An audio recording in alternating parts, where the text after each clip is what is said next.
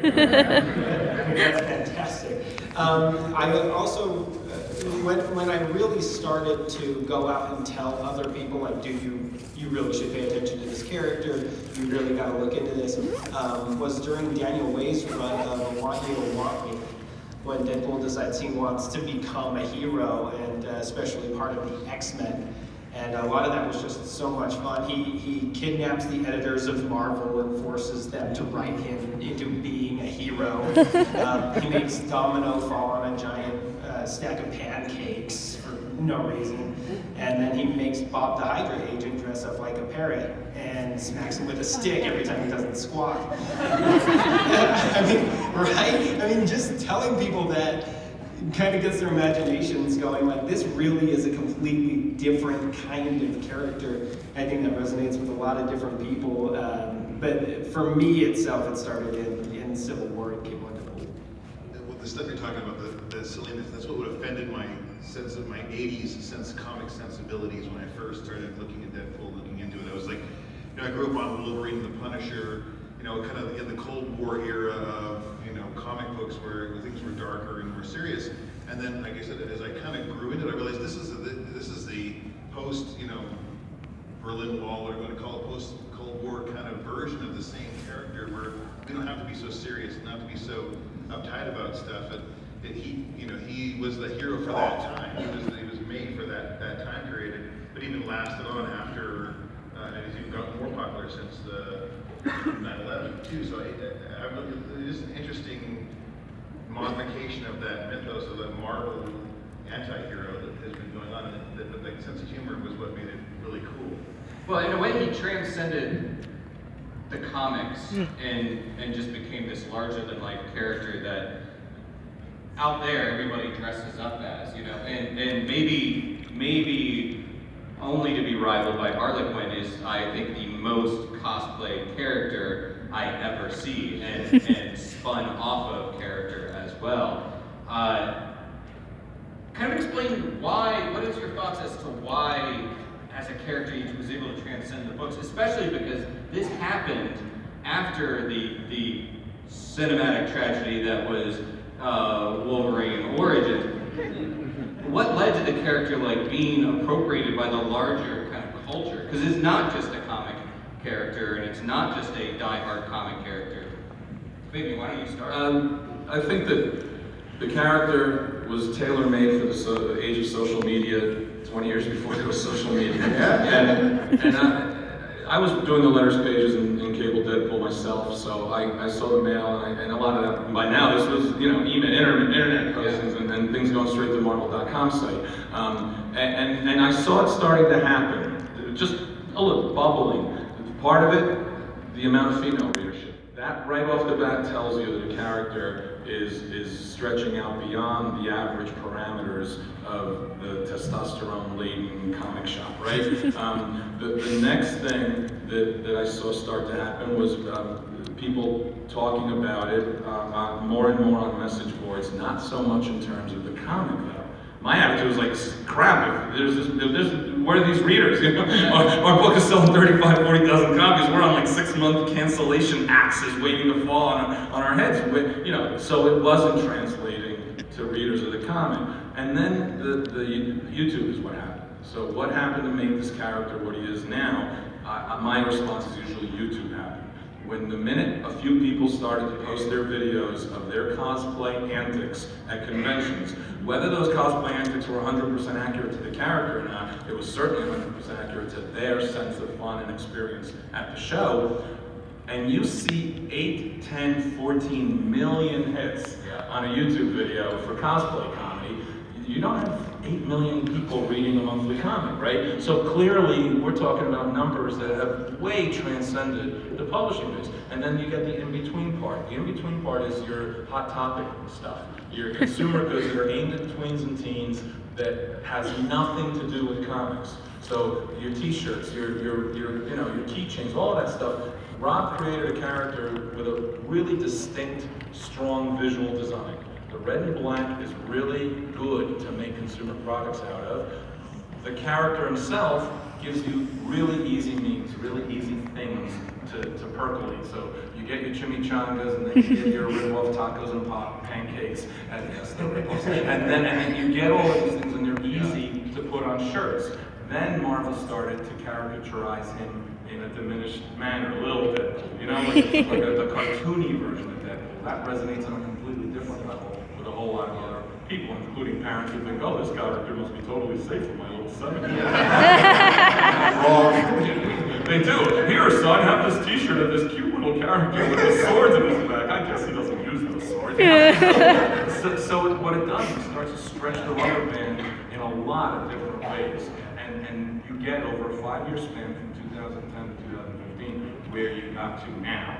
And now we'll see what happens after this movie. That's such a fascinating thought about this sort of the social media character, because in a way the thing that he allows you to be, much like on the internet, is when you put on that mask, you don't have to be a cool kid in normal life. Like on the internet, you can be a very clever tweeter. You can have really, great Facebook posts. But you put on that Deadpool mask, you could be anybody. You could be that jokey guy. And the character has no filter, like we all should, and most of us do. Not some of you. I'm looking at you over there. So the character has no filter, and that allows him to say the first thing that comes to his head. Okay, that comes out of my brain, and all the other writers who've done a great job writing him. We all have that in us, but all of us stop ourselves from saying it. He doesn't. So the mask does exactly what you said. It creates anonymity. It allows you to say things that you normally don't say, which is one reason why so many people love this character, is because he's our hidden id that we keep hidden, right? And we're supposed to keep it hidden, by the way, folks, okay? There's a reason for that. I get paid to release that id. I don't do it on a normal basis. On a normal basis, I still walk my dog and take out the garbage and then clean the dishes up. But when I'm walking through Manhattan to get to the office at work, right, I'm passing people on the street, and it's all flashing. It's like a pinball machine. The bumpers are getting hit in there, and I'm thinking things about all of these people, right? That's Deadpool. He just says it. Usually he says it to your face, right? So, and people love that, especially in today's social media age, where people feel that they should be allowed, no matter what, to express their voice. Here's a character who does that, regardless of the consequences. Yeah. I think what made it popular was just the fact that you see, Deadpool has such versatility. The fact that we look around, there's probably at least 100 people in this convention center that are cosplaying Deadpool, and they're all doing it right. You can see Deadpool in a pirate hat, and you're like, well, that could happen. You can see a pimp version of a Deadpool, or my favorite is the Afro Deadpool that is in Marvel now. I mean, there's no wrong way to do it, and Fabian said, there's kind of a little bit of Deadpool in all of us, where you do have that no filter, and you just get to express yourself. And so he's such a versatile character. I'll never forget, and he's also been extremely well in tune with pop culture. I remember there was the Secret Invasion, where he's on the phone with Nick Fury, and he's like, "Holla at your boy," and I was like, "That's cool." And yet, when the movie was coming out, just the movie itself, I really think that there's probably going to be film classes at universities studying this phenomenon, from something that was kind of soft attempted in one movie that didn't go well, then scrapped, then leaked, then becomes a massive blockbuster. It's my job to track trends, and I'm looking, opening weekend of Deadpool of $55 million, that'll be pretty good. That'll be really good for them. Let's hope they get there, and then boom, at the end of the weekend, it's blown away. First off, did you have any thought process going into this opening weekend of this thing that you helped create? Did you have any, even concept of how big this movie could get? Yes, but not to this level. So I work in a company that does Hollywood IP franchise management for the studios, and I've worked in the last 15 years on some of the biggest franchises that have come out. So one of the things we do is both track and predict. And basically I predicted 80 for the opening, and I predicted about 160 US and about 350 total, right? And I thought I'm very safe in this prediction. I don't think I'm being too crazy just because it's my character, and I don't think I'm being, too conservative. So I didn't expect, I knew it was going to do well, I really did. I knew, because I knew it was going to be a good movie. I really trusted the filmmakers. And I saw that marketing campaign was fantastic. And quite honestly, coming from Fox, I'm pretty surprised. So I was stunned that it was as good a marketing campaign as it was from top to bottom. Everything. They dotted every I, crossed every T, and they did it perfectly. One of the reasons is they had a participant in the movie, in Ryan Reynolds, who wanted to engage through social media with the fans as the character. That rarely happens in movies. Actors don't like to do that kind of stuff. They really like to separate themselves from the character they play. And he dove in head first, right? Using the channels, as you mentioned previously, Yes. the channels that help popularize the character. Yeah. Okay, so moving forward then, what do we think are the lessons? This is a big question right now. What are the lessons to be taken away from Deadpool? Every superhero movie should be R-rated. Right, Yeah. I'm a Hollywood executive. I'm not trying to see an R-rated Ant-Man movie. R-rated Power Pack. Here we go. R-rated Squirrel Girl. I mean, Just the violence alone. actually, I kind of want to sit there now. As we look at the sequel though, like what would you guys like, what are the lessons that could be taken away from the first one that should be preserved and really protected moving into the sequel? Because sequels are a tricky business, kind of sticking that landing twice, keeping the spirit alive. They will have, hopefully all the same creators involved, so that will help. They do have all the same Yeah. creators involved. But what are the other lessons? Christian, why don't you weigh in, Sure. So, weighing on that rated R thing too, it's like it's so discouraging to hear when you hear studio executives talking like, oh, that's what people want. Oh, a shared universe. Avengers is successful. Everybody wants a shared universe, so let's make a Ghostbusters shared universe. Or it was rated R. That's why it was successful. It was rated R. No, nothing about like, hey, the guys were passionate about the project. They stayed true to the character, and they did what they loved doing, and that's why it was successful. That doesn't even register with the studio executives that you can actually have something you care about and stay true to Out of all the things, they don't think maybe they have a good script, a good director, and good actors. They don't think that. Yeah. Well, it's rated R. That's why it was. So I even heard Paul Feig, who's directing the next Ghostbusters film, say he overheard a studio executive say, "Oh, it was successful because it made fun of the superheroes." And that was making fun of that whole genre. And like, no, they still don't get it. And so I think the lesson that we learned is the movies that are successful are done by people that are passionate about it. Marvel's done a great job of lining up people who may not have the greatest film resumes, but they have passion for what they're doing. And Ryan Reynolds, he stole the Deadpool costume. I would. Well, he even said, I spent 10 years trying to get this movie being made, I'm keeping the costume. Right. And that's why he was able to do all that great marketing, is because he stole the costume. Yeah, Marvel Studios really set up Deadpool to actually be done because they were the first ones who weren't afraid to go out and be like, look, we're going to make a movie about the character the way it's supposed to be made. When a lot of studio executives are out there saying, oh, it needs to be gritty and based in reality, you're like, what reality are you basing this on? And then DC comes out again and says, oh, we're not going to make a Wonder Woman movie because she can't resonate with audiences. And Marvel's like, well, we've got a giant tree and a talking raccoon. And boom, and I think some studios are getting smarter.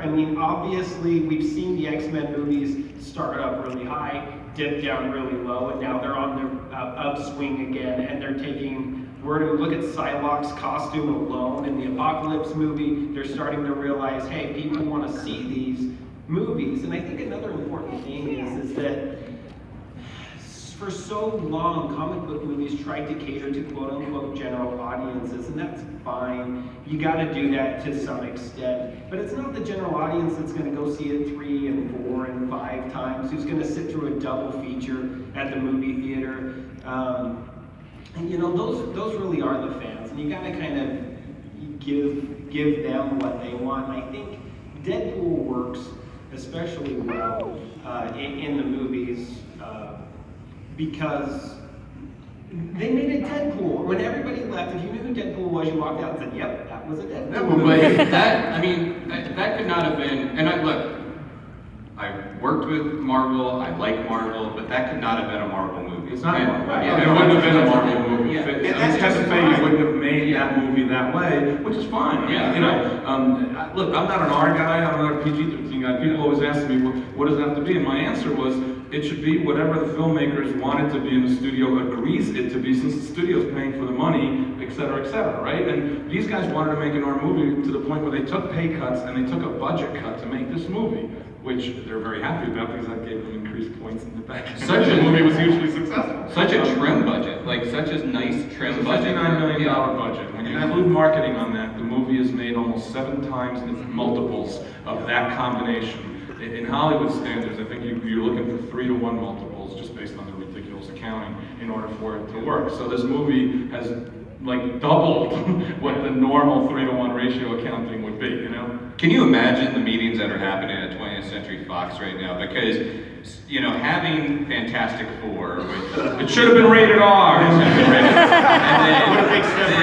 and then Dangling thing participle. That would have done it. And then we have Apocalypse down the road. It's like they've got 3 very different big tentpole superhero movies. There's going to be a lot of soul searching. Already is a lot of soul searching over there. But we all know the answers. The problem is we all know the answers. They know the answers too, but they don't like to admit it. The answer is to find and hire the right people who get the material, okay? And quite frankly, the majority of the people they often hire don't get the material, or don't get it quite right. David Goyer. And I certainly include Fox in that. They hired a guy who got the material and surrounded himself with people who also would get the material. Quite frankly, that was Ryan Reynolds, because he was driving this production. And this is a guy who's liked the character for many years. I will say he knew of the character before he was even cast in Wolverine Origins. He only took the job in Wolverine Origins in order to be able to franchise Deadpool separately. That's why he took a supporting role. And this is a guy who's liked this character from as far as I know, late 90s, early 2000s. I heard he had been in a comic shop in LA and was looking for Deadpool stuff. When I was just starting to write Cable Deadpool.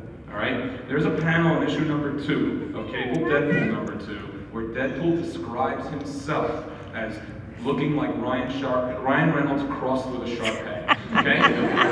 I did that because I had heard from my editor that someone at a comic shop, Ryan Reynolds, had been interested in comics. So I thought Ryan Reynolds would be the perfect choice for this character back then, right? And then I'd known him from a couple of movies he'd done, especially the Blade movie, where he had that edge, that attitude. But even some of the sitcom work he did, he was really quick and facile and very, very good to be able to handle that kind of comedy. So I thought, oh, this works, what the hell, maybe he'll pay attention, maybe someone will notice the book. At that time, you're just trying to sell your book, you're just trying to do anything to try to get someone to pay attention to your book. So you know, it all worked, you know, it worked, and it worked right, but it's because of him. First and foremost, it's because of him. You have to have a driving, creative visionary who gets the material. Marvel has it in Feige, right? And Feige supervises everyone else and then makes the hiring. So they hire the Russo brothers to direct Captain America, and 95% of the internet is going, what? That's crazy. How can you hire sitcom guys to do blah, blah, blah? The other 5% don't care, right? So then they put out Captain America Winter Soldier. Who knew something? Did we know something when we were questioning their decision, or did Feige know something when he hired these guys to make that movie, you know? So let's open it up to fan questions.